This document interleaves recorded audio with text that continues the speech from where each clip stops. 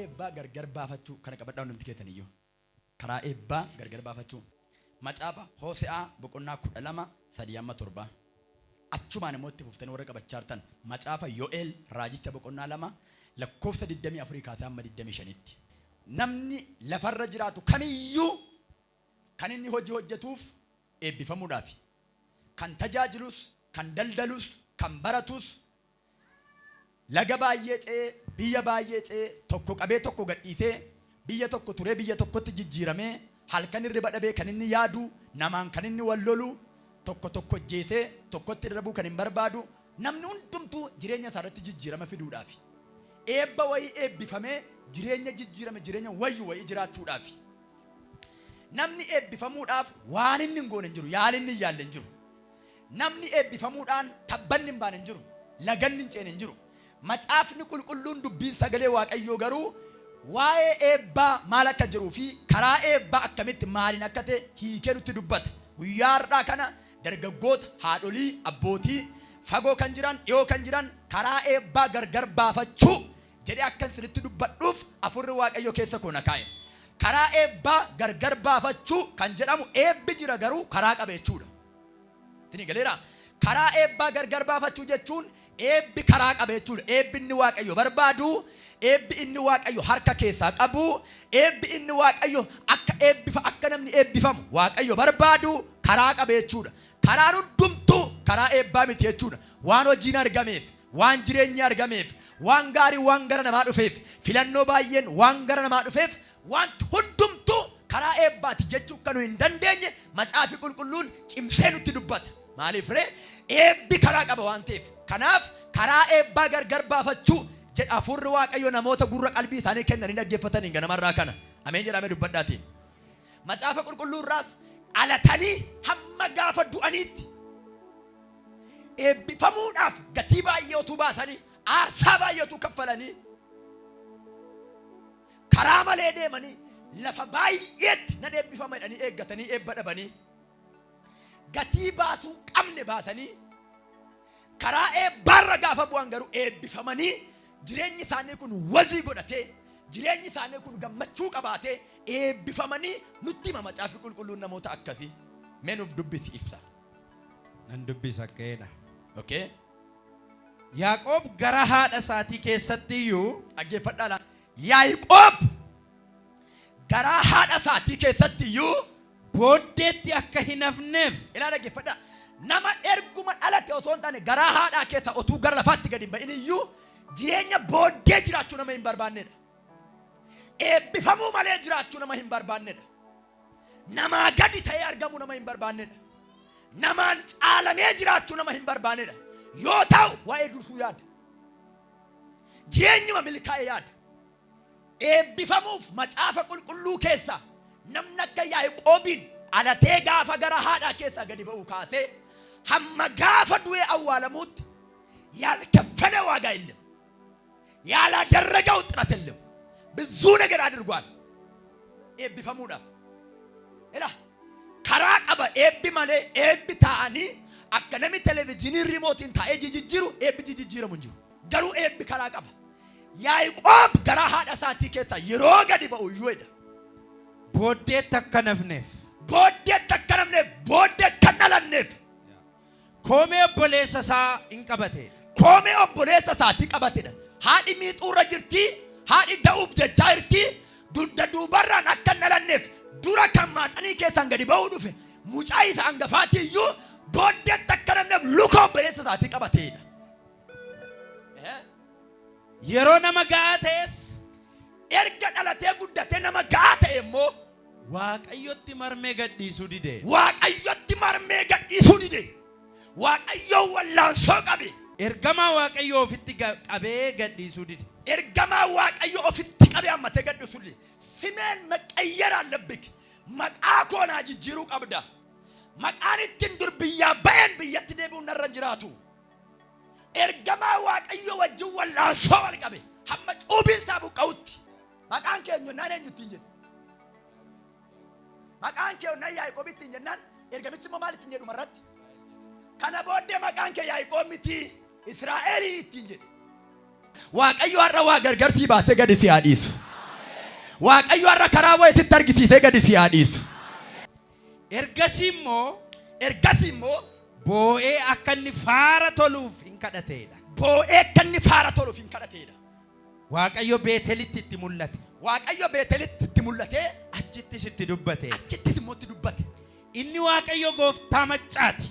Inni waaqayyo gooftaa maccaati. Waaqayyo isa yaadatamuun ta'uufidha. Waaqayyo isa yaadatamuun, isa ol qabamuun, isa jajamuun, isa raajeffatamuun ta'uudha. Ati immoo amma gocha Waaqayyoo keetiin hin deebitaa. Egaa jaalalatti wanta dhugaa ta'ettis qabamii jiraadhu. Jaalalatti Waan dhugaa waan ta'ettis dhugaa ta'ettis qabamii jiraadhu. qabamee jiraadhu. Yeroo hundumaas Waaqayyoo kee abdiin eeggadhu. waaqayyoo kee abdiin eeggadhu. Argitaniittu karaa eebba ofii gargar baafachuu Yaaqoob gaafa gara haadha isaatii keessa gadi ba'uu kaasee jireenya eebbifame wa'ii jiraachuudhaaf gatii guddaa baase. Namni obboleessa irratti yakka hin hojjetu ittoo misiraatiin illee maal godheera? Ittiin gowwoomseera. Kan biraanaafuu abbaadhuma isaarraa illee eebba fudhachuuf obboleessa isaa gowwoomsee dhaqiitii caakkaa keessa gad bu'ii nyaata mi'aa qaliinaa dhiyeessi obboleessa Esaawudhaan ittiin jennaan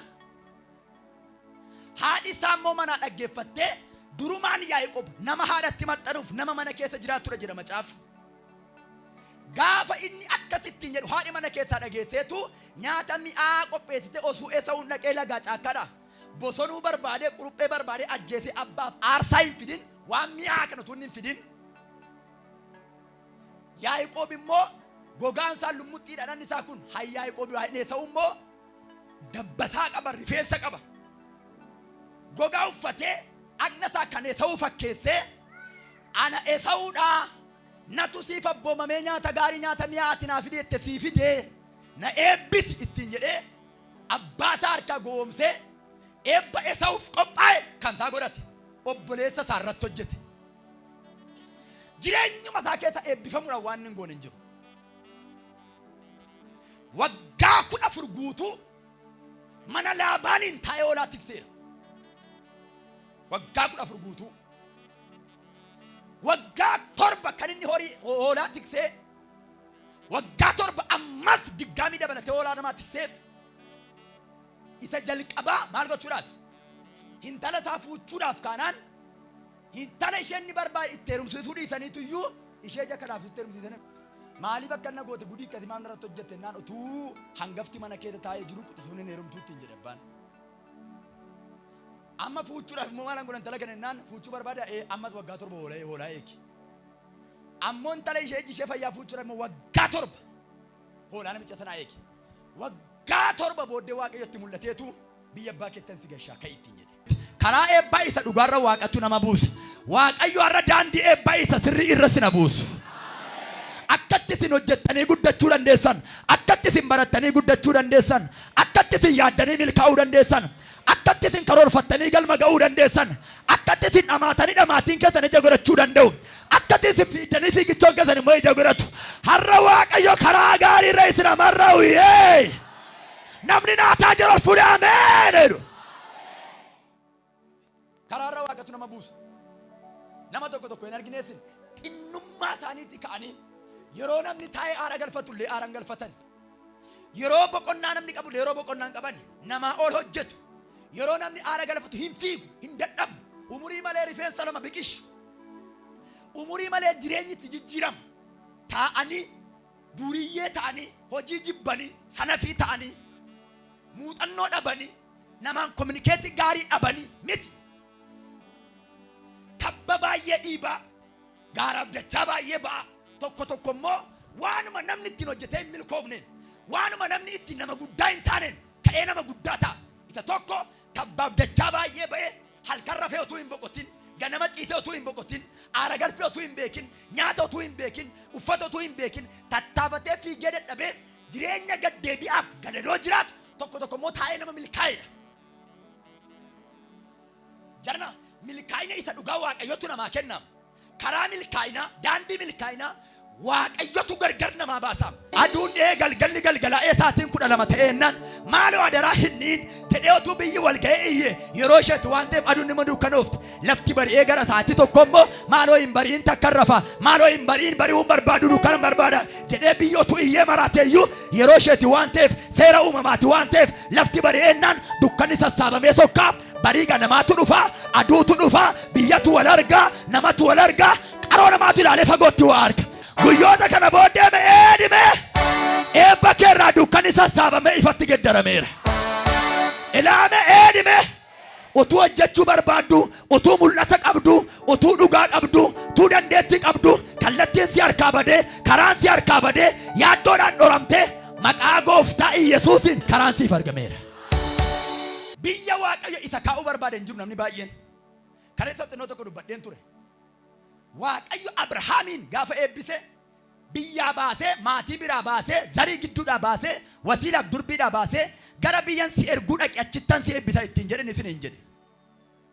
Ilma isaa Yisihaaqitti immoo mul'ate Yisihaaq abeet biyya Gibxitti gad hin bu'iniiti lafuma salphadheera lafuma beela'eera lafuma iyyoomeera jettatti dachaan si eebbisa ittiin jedhee waggaa isaatti sooromee maqaa isaa miti maqaa biyya Geeraarii nu jijjiire Waaqayyotti dubbannaan. Isa amma isinitti dubbadhe Yaaqoobiin immoo isa sadaffaa immoo Yaaqoobiin immoo Waaqayyo biyyaa baaseet miti biyyanni jirutti gatteessiseet miti biyya baasaatti deebisee eebbise Waaqayyo.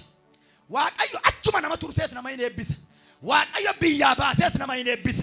Waaqayyo gooftaan macaa biyyatti nama gashees nama hin eebbise. Nan nageenyedha. Ilaame eeda bareechaati. Waaqayyo biyya kee gidduudhaa si baasee biyya ormaatti si eebbisuu danda'a. Waaqayyo eeda bareechi lafuma jirtu si tursee beela si damdamachiisee ari'atama si damdamachiisee jibbamuu si damdamachiisee ari'atamuu si damdamachiisee lola si damdamachiisee warra sirratti kaan si damdamachiisee mogolee kee jabeessee gatitti bal'aa sii kennee garaa obsu sii kennee yaada bilchaataa sii kennee sammuu bal'aa sii kennee ilaalcha bal'aa sii kennee bal'isanii yaaduu si dandeessisee nama danda'uu si dandeessisee ijaa baachuu akka hin dandeenye obsa sii laatee garaa nama danda'u sii laatee gatiittii kee kana bal'isee waanuma hin danda'amne akka itti dandeessu si godhee waanuma hin obsamne akka itti obsitu si godhee umurii malee nama guddaa si godhee bilchina siif laatee si utubee si gorseetu lafuma namni hin eebbifamne taa'i siin jedhee achitti eebba lakkuu si baachisuu danda'a. Kun dubbii Waaqaati. Achuma jiraadhu ittiin jedhe gooftaan Yisihaaqiin biyya Abrahaam abbaan isaa waggaa hedduudhaaf keessa jiraatee milkaa'uu dadhabe keessa jiraatee hagabuu bule keessa jiraatee daare keessa Waaqotti mul'ate achuma taa'i isin eebbisa ittiin jedhe. Lakkaa eebbi afaan Waaqayyoo duukaa jira. Lakkaa eebbi lafa Waaqayyoo jedhe jira. Lakkaa eebbi iddoo Waaqayyoo jedhe jira. Eebba jechuun Jimmaa kaanii Ameerikaa dhaqanii jiraachuu miti. Waashingtan DC dhaqanii jiraachuu miti. Kaanaadaa dhaqanii jiraachuu miti. Saawut Afrikaa dhaqanii jiraachuu miti. Awurooppaa dhaqanii jiraachuu miti. Eebbi lafa Waaqayyoo siin jedhe sana jira.